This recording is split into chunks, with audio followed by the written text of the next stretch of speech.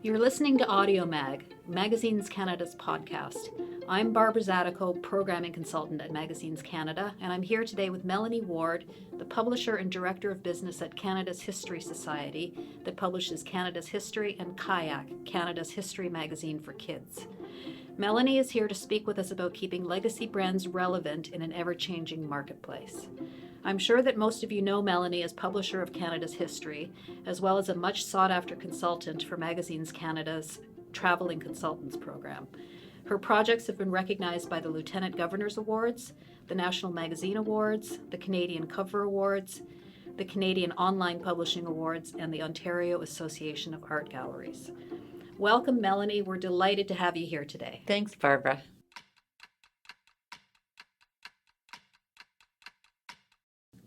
To get us started, why don't you tell us a bit about the history of both Canada's History and Kayak? Well, Canada's History began as a magazine called The Beaver, a journal of progress, and it was started by the Hudson's Bay Company as an employee newsletter. The Hudson's Bay Company they're approaching their 350th anniversary. So they've been around longer than Canada as a nation, not Canada as a land.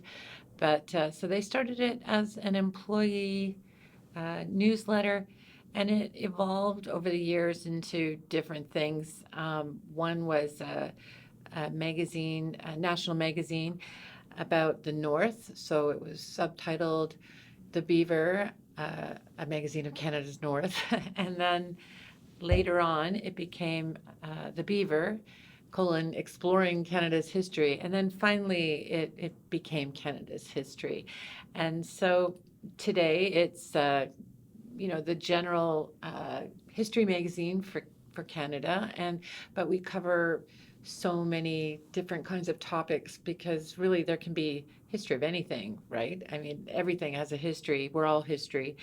It can be anything from U.S. foreign relations to basketball to fashion To peaches. to the Battle of Britain or whatever. It can be so much. So, especially in the past couple of decades too, social and cultural history has become more of an interest for people. So the magazine has changed.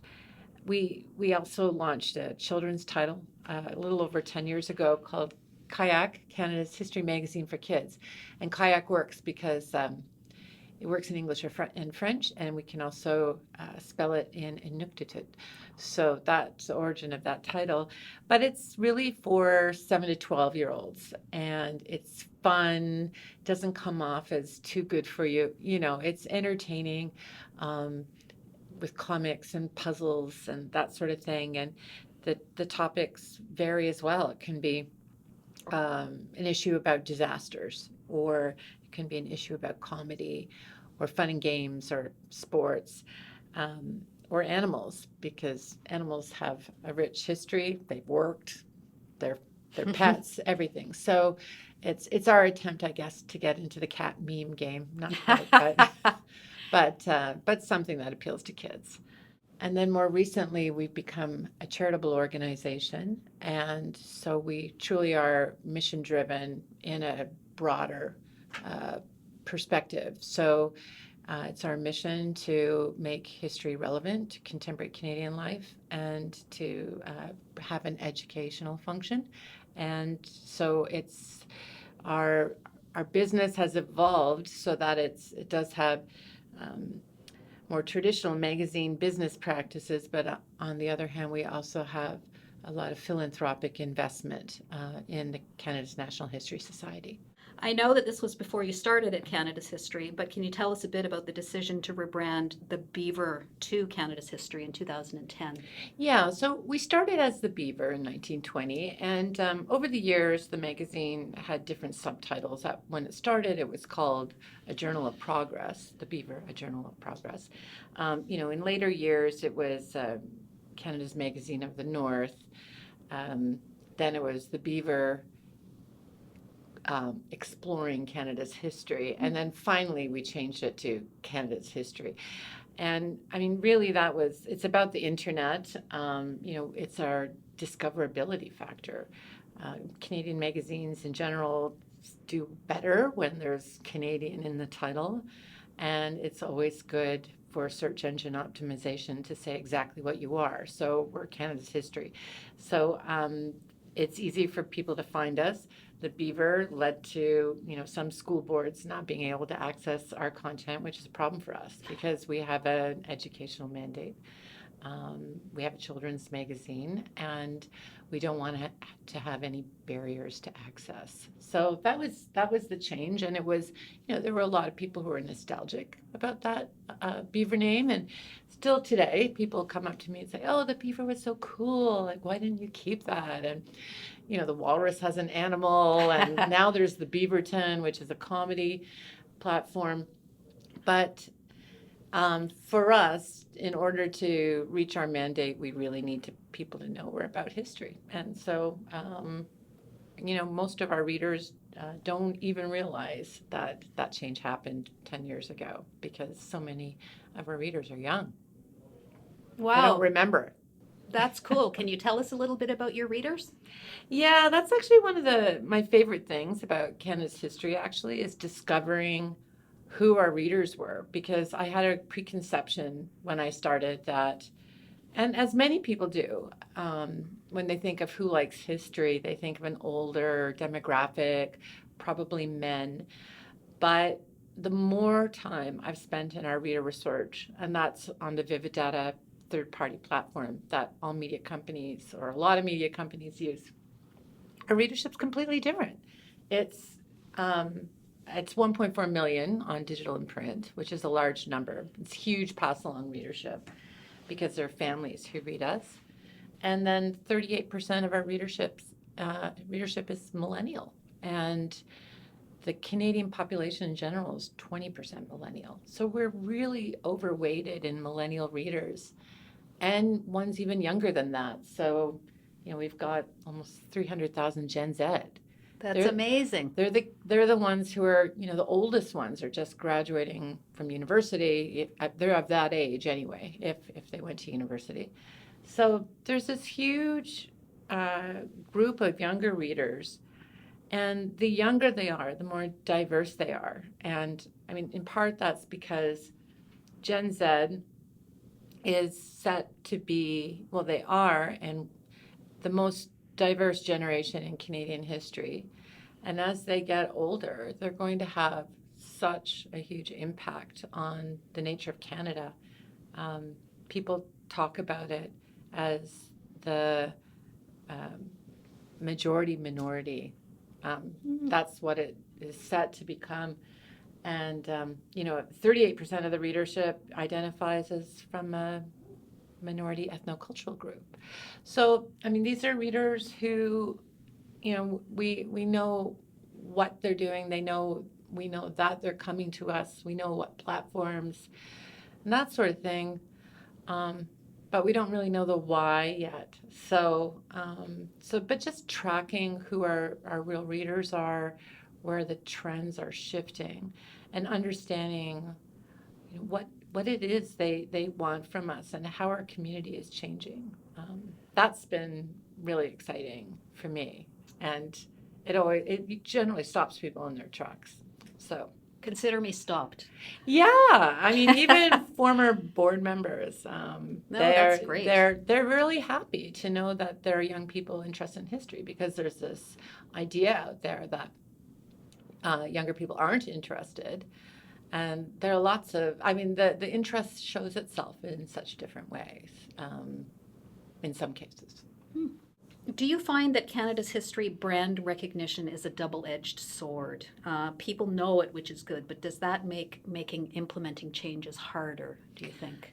To some extent. I mean, we encountered that a bit with the name change, but it seems, people got over it. I mean, they didn't abandon us en masse or anything like that. In fact, the readership has grown enormously, particularly on digital platforms. Because our publications go back 100 years, there are things that are said in those old publications that we would consider derogatory today. There were issues of racial, cultural, gender equity weren't part of the mindset. And so, I mean, we published our entire archive online for free. It's part of our mandate.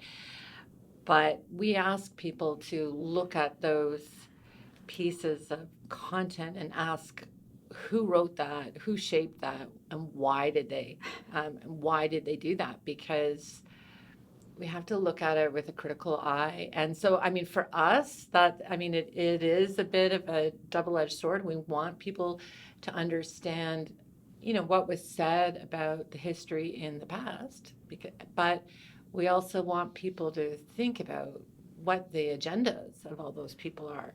So, I mean, I think we have to be really careful with our history, respectful, but also like ask it tough questions as well. And so, that feeds into the idea that there are a lot of new stories we're telling to connect with our younger readers and our multicultural communities who read our magazines and digital platforms. And for some people, that's not what they want. They want more traditional concepts of history that are English and French, but there's so much more, and there's so much more that's fascinating. I walked into the Canadian Museum of History, and there was a tiny sculpture of a woman's face, and it's installed right at eye level. And I just went in and I looked at her like she was right in front of me. And it was carved 3,600 years ago. Wow. Yeah. And it's the Dorset Arctic culture. And that the land and its peoples that go back that far haven't traditionally been a part of the way we write our history. But for that changed everything. Like, it just enriches who we are. So to your question, is a double-edged sword is change difficult? Yeah, it is, but I mean, we have to do it to respond to our audiences. Otherwise, they won't stay with us, and we won't find new readers. And we have to always do that. The churn rate is a reality. We hear a lot about the difficulties facing older brands, but what are some of the benefits of legacy brand publishing? Well, I mean, as I said, we've shifted our business model a lot of times over the last 100 years. So I guess that's a benefit. We're used to change. Started as a company newsletter and, morphed into a national magazine. At one point in our history, established a charitable organization to oversee us. And then all the other more typical changes that magazine media encounter with disruption and revenue generating, that sort of thing. I think for us, history titles in general are more subscription driven and not ad driven. So there's a layer of protection that we've been fortunate to have. And a lot of niche content magazines have, because people are willing to pay for that content. We still have ongoing subscription erosion, and we're replacing those revenues from other sources. But they're not falling off a cliff like some areas. And that's our legacy brand is a niche content area. And there are a lot of new niche content startups. I mean, that in part is why, they're successful, because they appeal to a community so clearly, like whether it's outboard motorsports or, I don't know, cooking with cannabis or, niche areas of interest. And I mean, for me, it's been architecture and design and visual art and history. And people have an interest in that. Well, they'll stay with you as long as you give them what their interests, where their interests are. So the benefits are, too, for us that, we've been working with a subscription model a long time. And there's some digital startups that are just beginning a subscription-based model, like dollar shaving kits, disrupting Gillette. So we have that subscription model, and it's still working for us. And we're looking at how to leverage it even further. You've touched on this with some of your comments, but what are some things to keep in mind while keeping the title current? Well, for us, it's really about because we're history, it's about making sure that the history and the stories we tell is relevant to contemporary life. So, with history, you can plan quite far ahead because more or less what particular things may trend digitally. So, we have the upcoming 75th anniversary of the end of the Second World War. So we know that's going to be in the news in September. And so we're planning a lot of new content, but also repackaging old content, whether it's written or podcast, video around that. So those sorts of things are a little more predictable.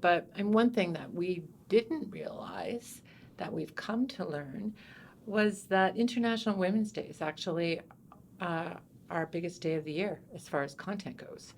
And it's, for the 100th anniversary of women, the first women to get the vote, we created quite a large editorial package about that and did a big push online. But every year since then, we make a big deal about International Women's Day because women come to us for those stories. So I think maintaining relevance is in part like understanding what does work, and you do it again, but you keep it fresh and add new perspectives to it, and then be open to the data that tells you there's this emerging area where your audience wants more.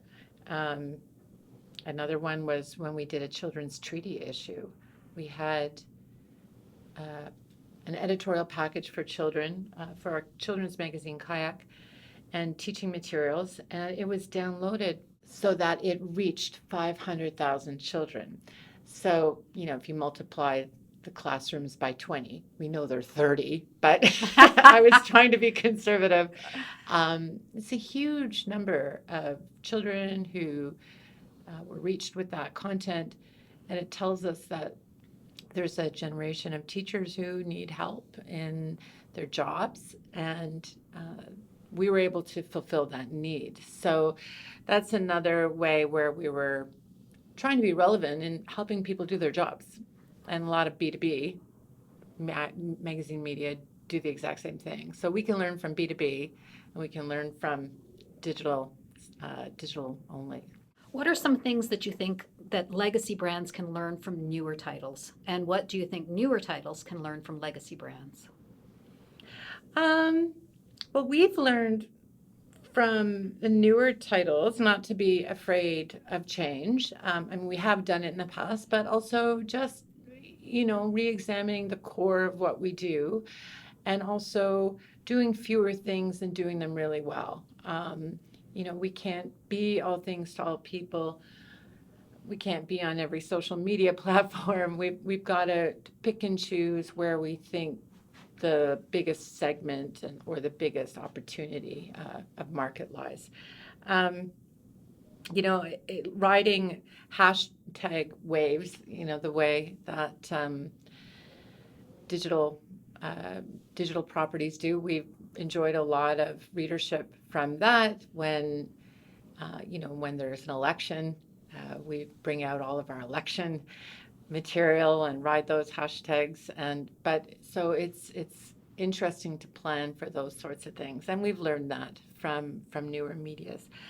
From what we can show newer titles, I think that the level of trust that exists between a media platform and its audience is really the most important thing.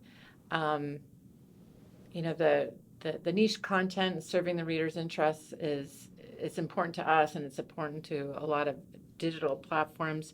But I think the trust factor is something that we talk about every day in the media, and it's something that's really important for us because there's a lot riding on it. It's Canada's history. you can question it, you can write it from a different perspective, but you need to be truthful, and hold that relationship as your primary objective. That leads me nicely into the next question, which is, do you see a role for legacy brands as trusted sources as we continue to battle fake news and disinformation? Yeah, I think it's something we have to earn every day. We can't take it for granted. I was just listening this morning to a bit of a Radiolab podcast called Breaking News, and they were talking about a couple of digital tools, Voco, which is like Adobe's Photoshop for voice, and facial recognition or facial reenactment software, which basically could put words into the mouths of political leaders. And it would be very difficult to tell whether it's real or not. So, and they had a forensic photo specialist, Hani Farid from Berkeley, on. He said even with all the tools he has available, he might only be able to identify 75% of fakes. So, really, that is the value that we have. That is our legacy asset, is the trust. And so we do bring that with us, but we can't, we have to continue earning it. And it is by questioning ourselves and by listening to our readers and understanding them better. And also understanding that, we're a community and we're answerable to them. And I think that's something that attention seeking in digital publishing sometimes is not delivering on. I mean, every day you see a title that doesn't really lead to the content, which is too bad. It would have been interesting. Sometimes not. But yeah, I think it's really important for democracy. What do you see for the future of legacy brands? I think it's to understand that changing nature of your audience. I mean, we're all going. Any organization that's been around 100 years, they've had their audience change because the Canadian culture has changed. There are, in Ontario, it's 1 out of 2 people are foreign born, or maybe that's Toronto, I'm not sure. But I mean, it's a hugely diverse country, and we have to change along with our country. So I think it's understanding what those new readers want, and why they're coming to you. That's the question. I mean, we're trying to figure out now is the why and what it is. Do we have something that, or do we have access to information that those newer readers who are coming to us, some of them are only 14, what do we need to give to them so that they'll stay with us? What's next for cannabis history? It really is that younger generation piece. We're entering our second century of publishing. So yeah, we're going to figure that all out. But we're entering it in a positive frame of mind. I mean, the readership is there. There are exciting things about the audience. There's more philanthropic investment in what we're doing than we've ever experienced before. There's a lot of desire for among our readers and supporters to create new stories for new generations. So I think it's a big piece of it. And also I'm thinking too, I mean, there's so many ways to look at Canada's history. You can talk about pre or post Confederation, but also, the change in Canada as an urban country, as opposed to a rural country, or food security issues, or, a lot of the issues that matter to younger people, climate, there's climate history, environmental history we can talk about. the ocean and the changes in the ocean. So there are so many things that in history that we can talk about to connect with our younger readers, and I think they're leading us. So I'm very hopeful because I think we've got really great young people who are helping steer a course. Excellent. What are some of your favorite things about working for a legacy brand? That'll be my final question. Okay. Well, I think one of my favorite stories that I came across was the story of Mona Parsons. I don't know if you know her. I She don't. was from Nova Scotia, and she's just one of those fabulous women. So she was an actress in the Ziegfeld Follies. So that's number one. Number two, she was a member of the World War II Dutch resistance. Like, oh my God. And she helped hide Allied airmen in Holland, and she was captured by the Nazis and escaped, and then moved back to Nova Scotia to live this quiet existence. Like, they're just amazing stories, like that. You just think, wow, they're so inspiring. But then, really awful stories too. Like, I learned 3 days ago about the internment of Ukrainian Canadians in forced labor camps during World War I, and they didn't get out after the war either. Like, it's just horrible. And obvious connections to residential schools and how we exported the policy around residential schools to South Africa for their apartheid. Like, all these, but so I'm learning a lot, and some of them are horrible and some of them are inspiring and amazing, but it's all who we are collectively. And so it's just it's amazing to discover more and to know there's so many stories to tell here. Thank you so much, Melony. This was very inspiring, and we're very thankful that you took the time to do this with us. Thank you. Thanks, Barbara. It was fun to be here. Please don't forget to subscribe, rate, and review AudioMag on Apple Podcasts or wherever you get your podcasts. Follow Magazines Canada on Twitter, Facebook, LinkedIn, and Instagram at Mags Canada for more magazine news and resources. Thanks for listening, and thank you again to Melony for joining us today. A new episode of AudioMag will return on February 12th. AudioMag is a Magazines Canada podcast produced by Messenger Bag Media. We recognize the funding of the Department of Canadian Heritage through the Canada Periodical Fund.